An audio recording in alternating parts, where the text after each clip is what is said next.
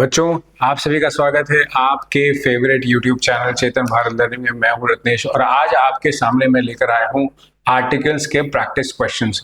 देखो बच्चों, practice question को करने से पहले हमें ये पता होना चाहिए कि हम कॉन्सेप्ट वीडियो पूरी कवर कर चुके हैं नहीं कर चुके। ठीक है, ये आपको समझना बहुत जरूरी है। इसके लिए मैं आपको अभी कुछ चीजें पहले बताऊंगा, कॉन्सेप्ट वगैरह कराऊंगा। उसके बाद देखो, ऑब्वियसली जहां तक मुझे उम्मीद है कि आपने कॉन्सेप्ट वीडियो देख ली होगी। कॉन्सेप्ट वीडियो अगर नहीं देखी है तो पहले आप जाके कॉन्सेप्ट वीडियो कवर करें। और ये आर्टिकल्स का पार्ट 1 है। आर्टिकल्स के पार्ट 1 को कवर करने से पहले हमें पता होना चाहिए कि हमने कॉन्सेप्ट सारे कवर कर लिए हैं कि नहीं कर लिए हैं।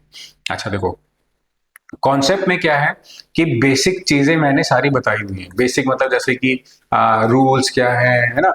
एग्जाम्पल्स, रूल कराने के बाद मैंने एग्जाम्पल्स कराए हुए हैं। साथ ही साथ मैंने आपको प्रैक्टिस के लिए बोला था कि आपको कुछ ऐसे क्वेश्चंस होंगे जो खुद से करने होंगे। बट साथ ही साथ आपको याद होगा कि मैंने एक्सेप्शंस भी कराए थे क्लास में।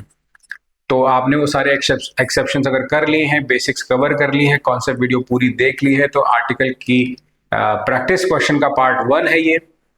आपको ऑब्वियसली हम लोग बहुत सारी प्रैक्टिस कराते हैं यहाँ पर। देखो, सीबिल के यूट्यूब चैनल पर आपको हर चीज अवेलेबल है, हर चीज आपको मिल रही है इतनी अच्छे तरीके से, है ना।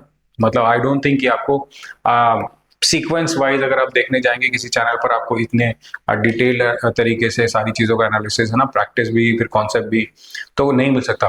अच्छा, एक और बच्चों का सवाल था कि सर क्या हम किस एग्जाम के लिए इन पर्टिकुलर चीजों को फॉलो कर सकते हैं। तो भाई देखो, आपके जितने भी गवर्नमेंट एग्जाम्स हैं, जितने भी आप गवर्नमेंट एग्जाम की तैयारी कर रहे हो, हम टारगेट करते हैं उन सारे एग्जाम्स को। अगर हम स्पेसिफिक बड़ी बात करें तो जो आपके PSSB के जैसे एग्जाम है, आप पंजाब स्टेट से हो तो कर सकते हो। हिमाचल के जितने बच्चे हैं उनके लिए बहुत ही गोल्डन अपॉर्चुनिटी, वो सारे एग्जाम्स को टारगेट कर सकते हैं। उसके अलावा जो बच्चे SSC को टारगेट करते हैं उनके लिए बहुत ही बड़ी अपॉर्चुनिटी है इन सारे वीडियोस के माध्यम से। कैसे कि SSC के एग्जाम में, जैसे चाहे आप CHSL की तैयारी कर रहे हैं, चाहे आप CGL की तैयारी कर रहे हैं, या फिर आप किसी MTS एग्जाम की तैयारी कर रहे हैं, इनफैक्ट आप CPO एग्जाम की भी तैयारी कर रहे हो, तो सारे एग्जाम आपके यहाँ से कवर होते हैं। मतलब बेसिक्स टू एडवांस नाम से ये सीरीज आपके लिए बहुत बेनिफिशियल साबित हो जाती है।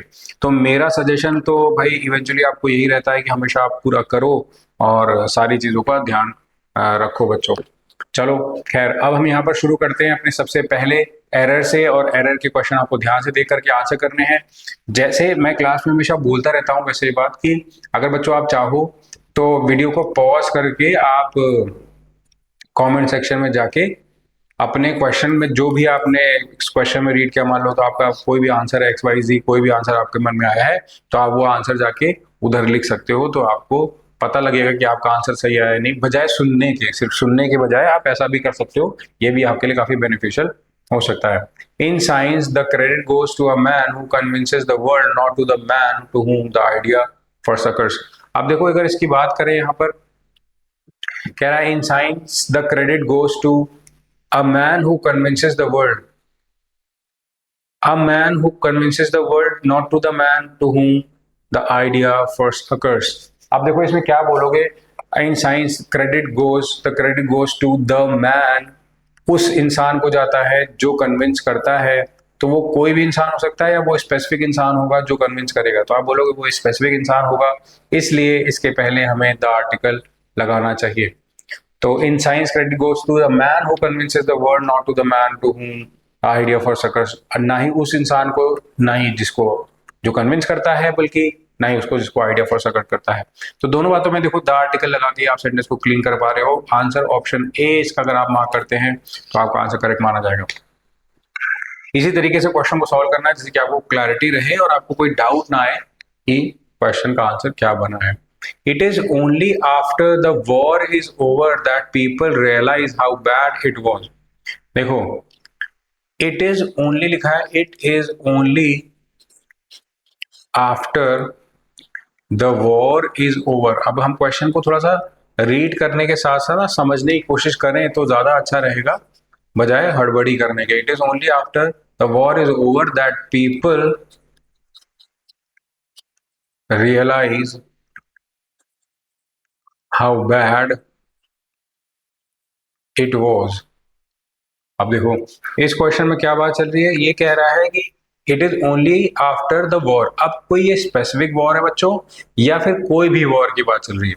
ये सेंटेंस में एज एन एग्जाम्पल लिया गया है वॉर को, तो बेटर आप ये कहें कि कोई भी वॉर जो है अगर जब वो ओवर हो जाती है तो उसके बाद पता लगता है कितनी बुरी या भयावह वो वॉर थी। देखो, वॉर एक ये वॉर या वो वॉर करके नहीं होता। हम किसी भी वॉर के सेंस में अगर यूज करें तो वहां पर ये बात बोल सकते हैं, it is only after a war is over that people realise how bad it was. तो आपको बजाय द वॉर कहने के अ वॉर अगर यहाँ पे आप कहते हैं तो आपका आर्टिकल आंसर करेक्ट होगा। तो आई होप आंसर यहाँ पे बी मार्क करा होगा जिन बच्चों ने, तो उनका आंसर करेक्ट होगा। जिन्होंने नहीं वो अपना आंसर करेक्ट कर सकते हैं। आगे देखो बच्चों, यहाँ पे लिखा है of the two answers this is definitely better. अब देखो, आज आपको मैं एक बड़ी इंपॉर्टेंट चीज बताऊंगा, कॉन्सेप्ट वीडियो में हमने ऑलरेडी कवर करी हुई है, बट ये आपको भूलनी नहीं है, इसलिए मैं आपको रिपीट करूंगा और इसको आपको नोट भी कर लेना है अपने पास। सारे बच्चों को पता होगा कि एडजेक्टिव टॉपिक जो आपने पहले करा हुआ है क्लास में, उसमें हमने एक चीज सीखी थी कि सुपरलेटिव डिग्री के पहले द आता है। मैं आपको बड़े इत्मीनान से बता रहा हूँ सारी चीजें, तो आप इसका नोट्स बना सकते हैं, वरना आप कमेंट सेक्शन में लिखकर इसके पीडीएफ की डिमांड भी कर सकते हैं। सुपरलेटिव डिग्री के पहले द आर्टिकल आता है, सबको पता है, द बिल्कुल आता है, द बेस्ट होता है, द फास्टेस्ट होता है, ये चीज सबको पता है। अब बात आती है कि सर सुपरलेटिव के पहले द आता है क्या, कभी कंपैरेटिव के पहले भी द आता है? तो answer is no. We do not use we do not use definite article before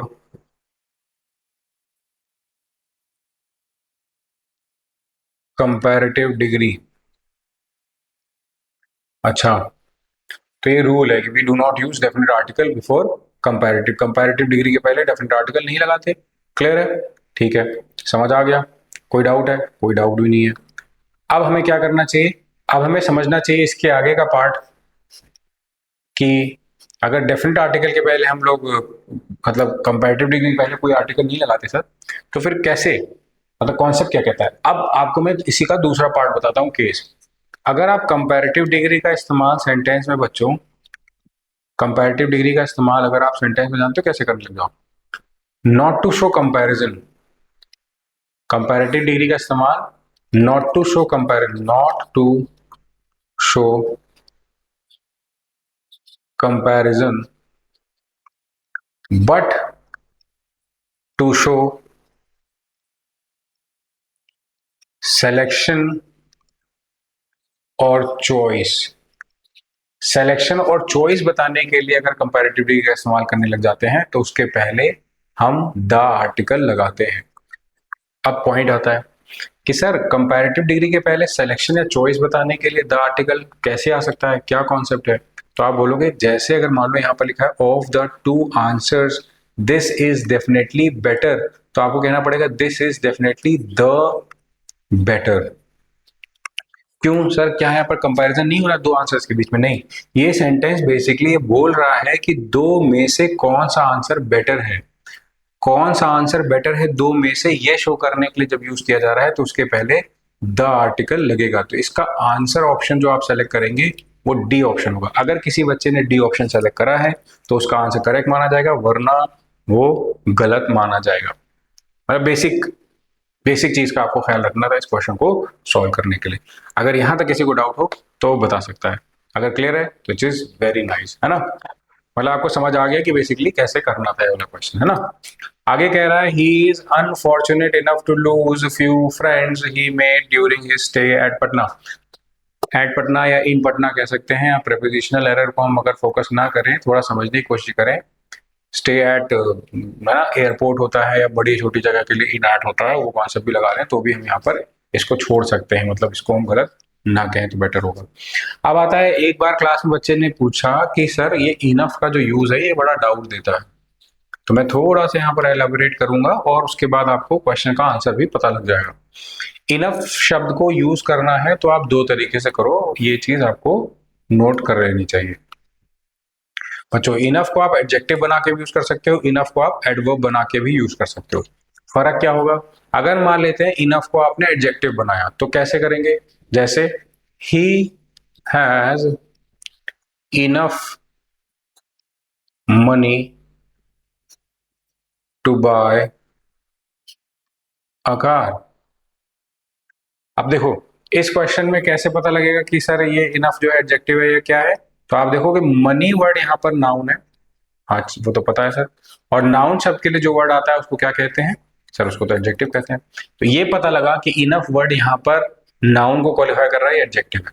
okay, ये तरीका है एडजेक्टिव पहचानने का। इनफ अगर एडजेक्टिव है तो पहचानने का ना।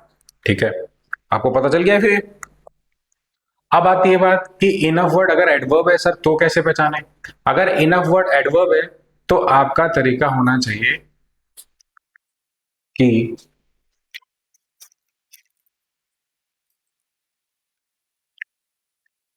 She is enough strong to face the challenges coming in her life। अब देखो इसको एक्सप्लेन करता हूं मैं आपको। इस सेंटेंस में आपने इनफ वर्ड यूज करा है सर, बिल्कुल यूज करा है। स्ट्रॉन्ग वर्ड यूज करा है, बिल्कुल। स्ट्रॉन्ग वर्ड क्या है सर? स्ट्रॉन्ग तो अपने आप में एडजेक्टिव होता है, क्योंकि हम किसी को बोलते हैं she is strong. Strong girl बोलते हैं अगर जैसे, तो सर स्ट्रॉन्ग गर्ल में गर्ल नाउन हो जाता है ना, और अपना स्ट्रॉन्ग एडजेक्टिव हो जाता है। बिल्कुल सही सोचा आपने। तो फिर यहाँ पर इनफ एडवर्ब होना चाहिए था। हाँ सर, क्योंकि एडजेक्टिव एडजेक्टिव तो होगा नहीं, स्ट्रॉन्ग एडजेक्टिव है तो दूसरा इनफ एडवर्ब होगा, जैसे कि आपने बोला दो तरह से होता है। तो अब देखो जब नाउन था तो नाउन के एडजेक्टिव पहले आ गया था, है ना। इनफ जब एडजेक्टिव है तो नाउन के पहले आ गया, पर इनफ जब एडवर्ब है ना तो एडजेक्टिव के पहले नहीं, एडजेक्टिव के बाद आएगा। तो इसकी पोजीशन चेंज करनी पड़ेगी क्वेश्चन को सही बनाने के लिए। तो ये दो तरीके हो गए सेंटेंस को फ्रेम करने के। सेंटेंस का आंसर बनेगा she is strong enough to face the challenges coming in her life. ये इसका तरीका होना चाहिए, मतलब आपको सेंटेंस इस तरीके से फ्रेम करना चाहिए, she is strong enough to face the challenges coming in her life. This will be a correct statement. ठीक है, तो कभी भी आपको ऐसा क्वेश्चन फ्रेम करना हो तो ये एक बेटर तरीका है आंसर बनाने का। तो इसमें आपको डाउट नहीं करना है कि कैसे बनेगा या क्या कंडीशन आएगी। This is the right answer and you have got the answer. इस क्वेश्चन में ही इज अनफॉर्चुनेट इनफ, तो इसमें अनफॉर्चुनेट सर क्या है? एडजेक्टिव है।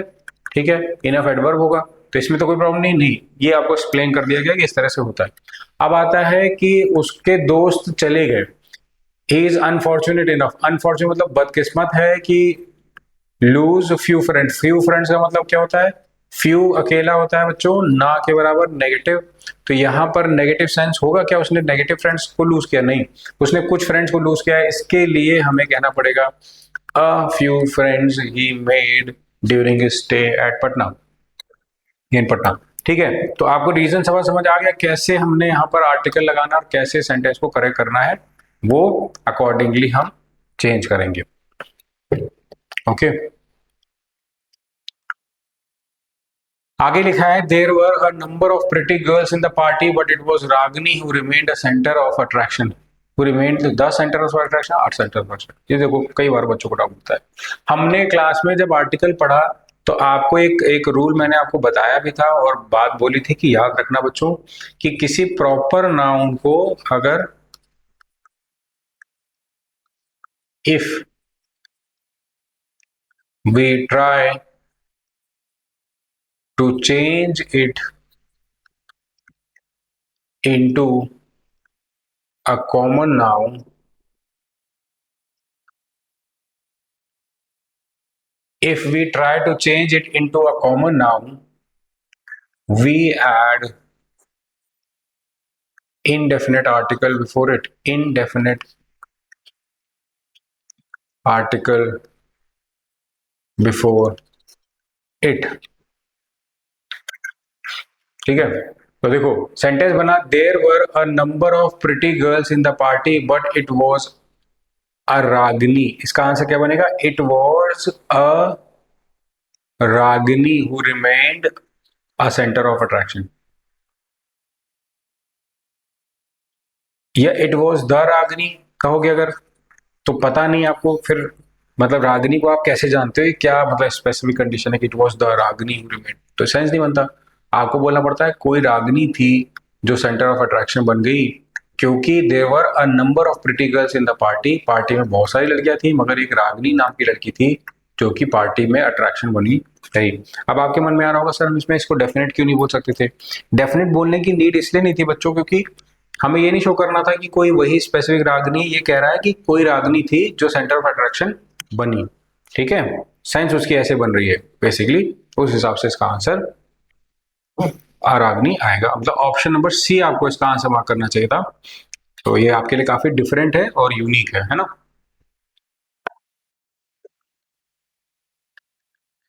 I have been informed that Dr. Sinha visits Patna the following month, है ना? कह रहा I have been informed, मुझे इन्फॉर्म किया गया, I have been informed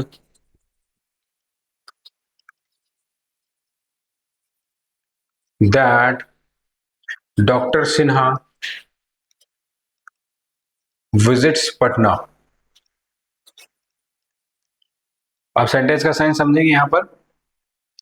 ये कह रहा है I have been informed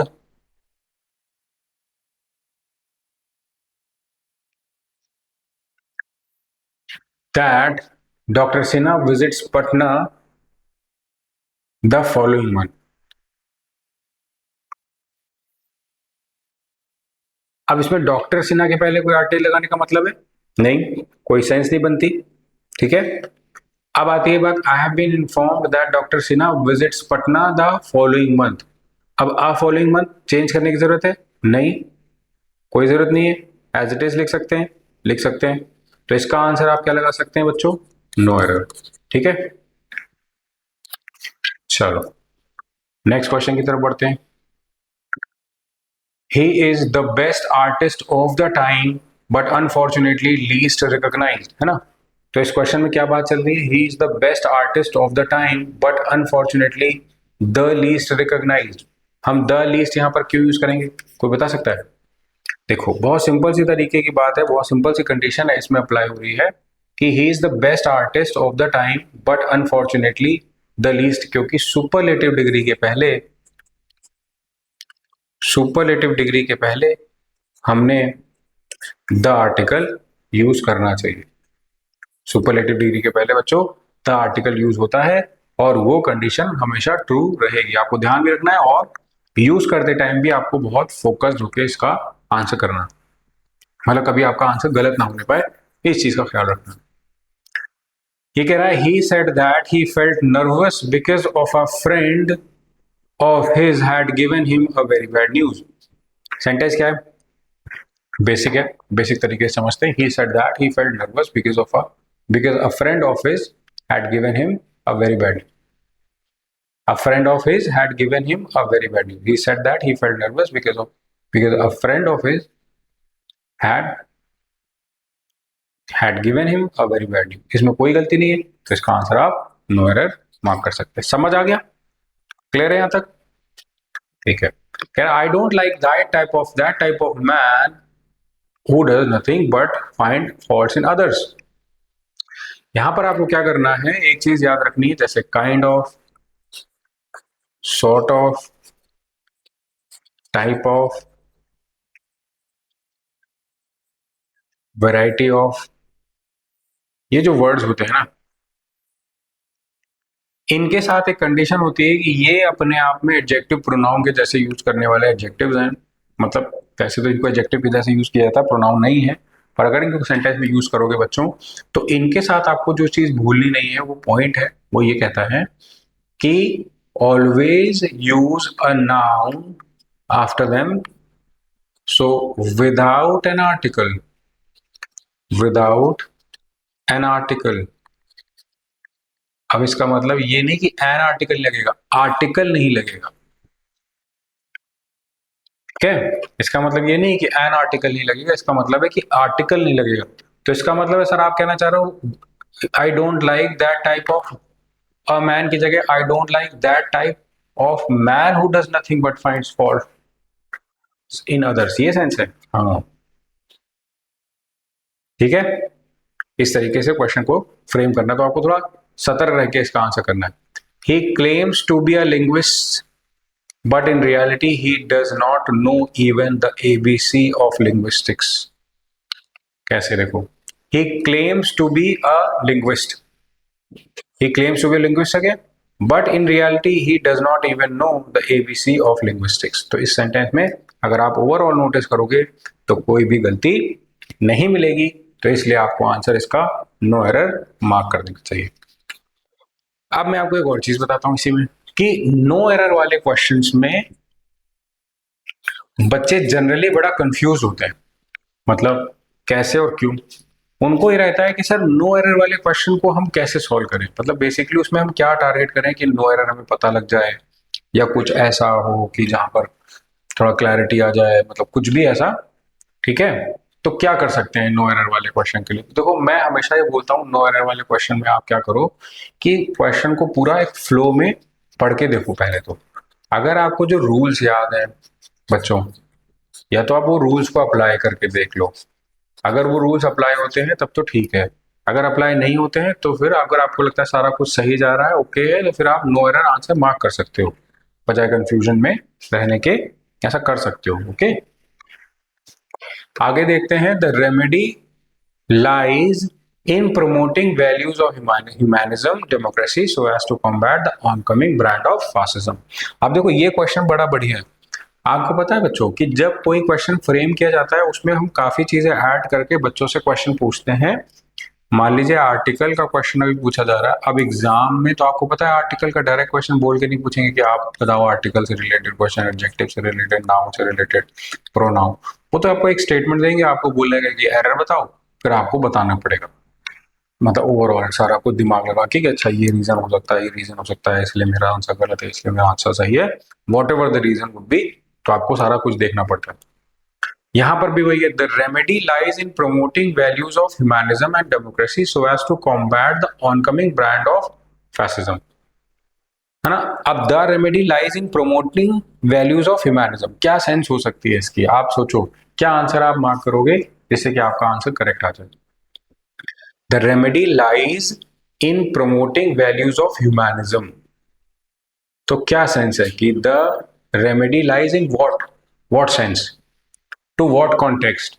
The remedy lies in promoting values of humanism and democracy as to combat the oncoming कह सकते हो brand of fascism।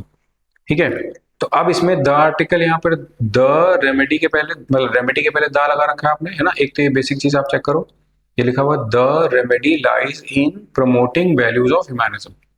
ओके, यहाँ तक कोई पॉइंट है इसमें? तो कोई डाउट लग रहा है आपको ये कैसे आया, क्यों आया, किसी कॉन्टेक्स्ट के मतलब उस इशू को देखते हुए लग रहा है? No issue. फिर the remedy lies in promoting, अब कुछ बच्चे जवाब दे रहे हैं कि सर इन प्रमोशन, देखो इन प्रमोशन नहीं हो सकता क्योंकि प्रमोटिंग एक पार्टिसिपल है। आप बात कर रहे हो प्रमोटिंग वैल्यूज की, वैल्यूज प्रमोट करने की। The remedy lies in promoting values of humanism and democracy so as to combat an oncoming brand of fascism। oncoming मतलब होता है जो आने वाली है, ब्रांड ऑफ, तो कोई आ रही है या कोई स्पेसिफिक आ रही है? तो स्पेसिफिक आ रही है, इसलिए इसका आंसर आपको नो एरर मार्क करना। कितना मुश्किल था नो एरर का आंसर मार्क करना। एक्चुअली नो एरर का आंसर मार्क करना बच्चों मुश्किल इसलिए लगता है, कई बार हमें लगता है कि अरे यार ये कैसे, सेंटेंस का ये फ्रेम कैसे बना, फ्रेमिंग मुश्किल लगती है ना। एग्जैक्टली वही प्रॉब्लम है। When the house was set on the fire, all the people started crying at the top of their voices। देखो किसी चीज को सेट ऑन फायर करना मतलब होता है किसी चीज को बर्न कर देना, आग लगा देने के सेंस में यूज है ना।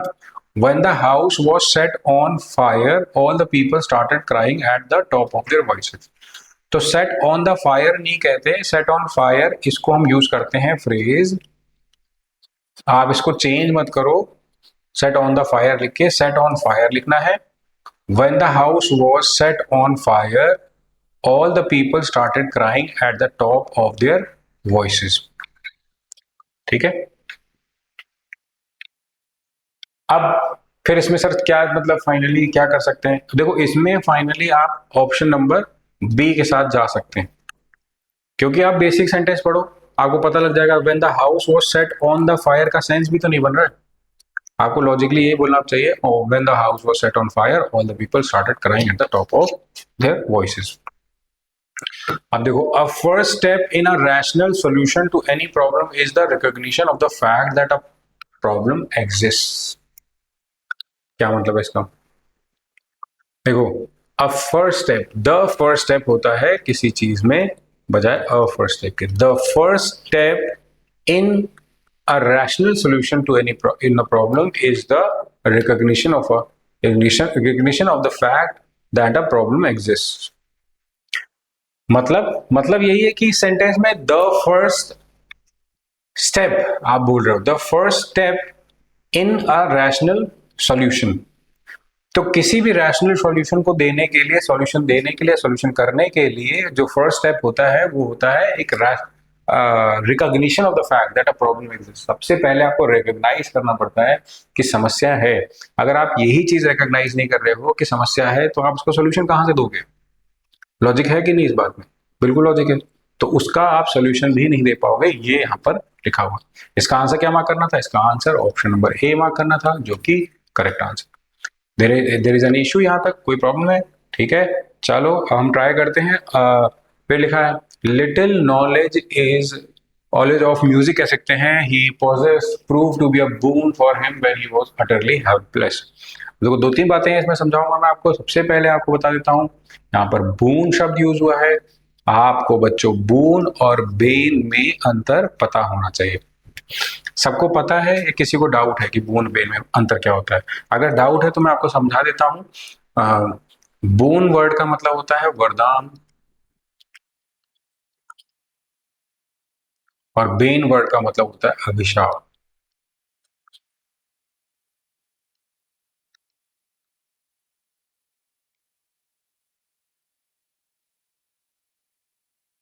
अभिशाप,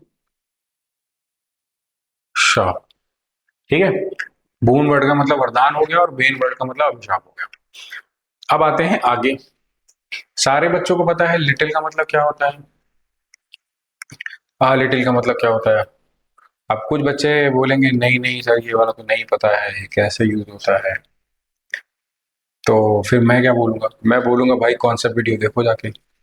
कॉन्सेप्ट वीडियो में सारा कुछ कराया हुआ है ना। कॉन्सेप्ट वीडियो इसीलिए कराई गई थी कि आप सारा कुछ चेक कर लें, आपका कोई भी डाउट हो तो आप कवर कर लें, आपको कोई डाउट ना रह जाए।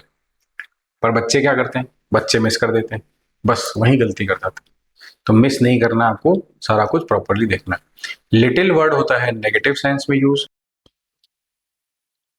आ लिटिल होता है थोड़ा, सम बताने के लिए। द लिटिल होता है थोड़ा जितना भी, थोड़ा जितना भी। और वेरी लिटिल होता है नेगेटिव। और जिन बच्चों को नहीं पता है, क्या नहीं पता है? जिन बच्चों को ये नहीं पता है कि फ्यू,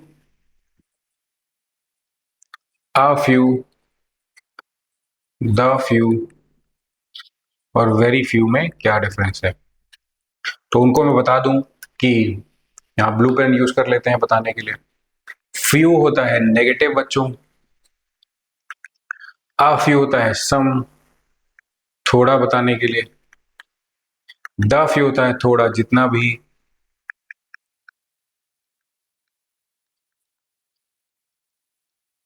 वेरी फ्यू होता है नेगेटिव। अब आप कह सकते हैं फ्यू और वेरी फ्यू सेम है, लिटिल और वेरी लिटिल सेम है। अच्छा ठीक है सर, ये दोनों सेम मीनिंग आपने लिख दिया, फिर दोनों में फर्क क्या था? बिल्कुल अच्छा सवाल है आपका। ये जो ऊपर वाले वर्ड है ये सारे अनकाउंटेबल होते हैं, लिटिल वाली कैटेगरी जो है वो अनकाउंटेबल में चली जाती है, और जो फ्यू वाली कैटेगरी है वो काउंटेबल में चली जाती है। तो काउंटेबल अनकाउंटेबल का ये डिफरेंस हो गया, ठीक है। अब आता है कि सर ठीक है, काउंटेबल अनकाउंटेबल समझ आ गया। यहाँ पर किसकी बात चल रही है? यहाँ पर नॉलेज की बात चल रही है। पेन चेंज कर लेते हैं, रेड पेन से समझेंगे ज्यादा क्लियर दिखेगा। नॉलेज ऑफ सब music that he possess prove to be a boon. अब उसके पास ना के बराबर नॉलेज थी जो उसके लिए वरदान साबित हुई, या फिर उसके पास थोड़ी सी नॉलेज थी, ना के बराबर नहीं, थोड़ी पॉजिटिव सेंस में थोड़ी नॉलेज थी जो कि उसके लिए एक वरदान साबित हुई। क्या बोलना आप सही बोलोगे? क्या सेंस है आपका? तो सारे बच्चे यहाँ पर बोलेंगे बिल्कुल सही बोल रहे हो। सारे बच्चे बोलेंगे सर ये सही आंसर होना चाहिए a little knowledge, a little knowledge of music that he possessed proved to be a boon for him when he was utterly helpless. Helpless word का मतलब है जब वो असहाय था. असहाय मतलब जब वो कुछ कर नहीं पा रहा था, असहाय हो गया था बिल्कुल, है ना. कोई डाउट यहां तक? क्लियर हो गया? लास्ट क्वेश्चन है, ट्राई कर लेते हैं. Don't talk to him, he always remains in temper these days. अब आती है बात इस सेंटेंस में जहां पर भी कोई फ्रेज यूज होता है. देखो आपको बता दूं, जहां पर भी बच्चों कोई फ्रेज यूज होता है, फ्रेज यूज करते टाइम हमें एक चीज हमेशा याद रखनी है जो गड़बड़ नहीं करनी चाहिए. मतलब बच्चे कर देते हैं, जनरली मैंने देखा है कि बच्चे ये गलती करते हैं, स्पेशली उनको डाउट हो जाता है कैसे, कि इन टेम्पर लिखा है तो उसको इन अ टेम्पर बोल देते हैं. He is in a temper, जो कि गलत है. He always remains in temper, don't talk to him, he always remains in temper these days. ना द टेम्पर ना अ टेम्पर, इन टेम्पर ही बोलना है आपको. ठीक है. तो अब आज हमने जो क्वेश्चंस यहाँ पर ट्राई किए, उम्मीद करता हूँ ये आपको समझ आए हैं. इसके आगे का पार्ट हम लोग नेक्स्ट प्रैक्टिस वीडियो पार्ट 2 में करेंगे, तो उसको देखना मत भूलिएगा. उम्मीद करता हूँ यहाँ तक के क्वेश्चंस आपको समझ आए, कॉन्सेप्ट समझ आए जो मैंने बीच बीच में एग्जाम्पल बताए, और इसकी प्रैक्टिस आप करते रहना. तब तक के लिए bye bye, take care and see you.